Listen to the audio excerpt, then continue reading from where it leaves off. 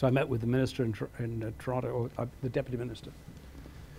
And he sat me in a room with all his deputies around him in a raised dais, and I was sitting one chair right in the middle on the floor. And he asked me why I was there, and I told him, look, you know, you approved this document, why are you auditing us on something else? He said, well, that's the way it is, and you're just going to have to live with it. And I said, well, you're destroying us, you're killing us. And he said, well, you know, it's not my problem. I said, oh yes it is. And I said to him, you don't realize what you've just done. And he said, what do you mean? I said, you've turned me into your worst nightmare. He said, what do you mean by that? I said, because right now I have nothing to lose. And I said, you have everything to lose. Canada has the privilege of having what's considered to be a world-class regulatory system. And I'm going to destroy that impression. I'm going to drag you down into the mud. I'm going to make sure that the rest of the world understands what a bunch of lying fucking bastards you are. And I said, I'm going to destroy you. I said, I am your worst nightmare now, because I have nothing to lose. And with that, he said, goodbye, Mr. Beddoe, and I got up and walked out. The meeting lasted about 4 minutes. I'd flown all the way from Calgary to Toronto for the meeting.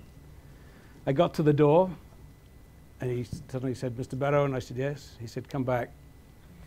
I turned around and came back. And he said, what is it you actually want? I said, I want qualified auditors. I want you to send a qualified auditor, not one of the 15 auditors they sent down to see us. They were not auditors, they were an assassination team. They were there to shut us down and to destroy us. And I had word of that from somebody within Transport Canada. And not one of the people that they sent down had a 737 endorsement. Not one of them was jet endorsed. These were a bunch of idiots they sent.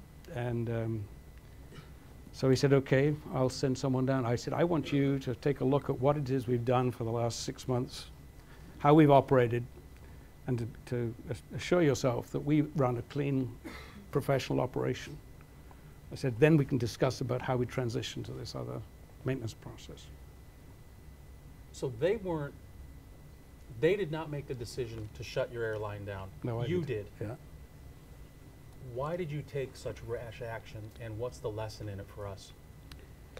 Well, when you're dealing with maintenance, there's no way that I can stand up as a real estate developer in front, even as an airline guy, you couldn't stand up in front of Transport Canada, the regulator, and say, we're safe, and they're saying we're not. Because that's the implication. As soon as you get into a fight about maintenance, you can't win. There's no winning. So if we were going to be in that fight, we better be on the offensive, not the defensive. If we're on the defense, you've lost.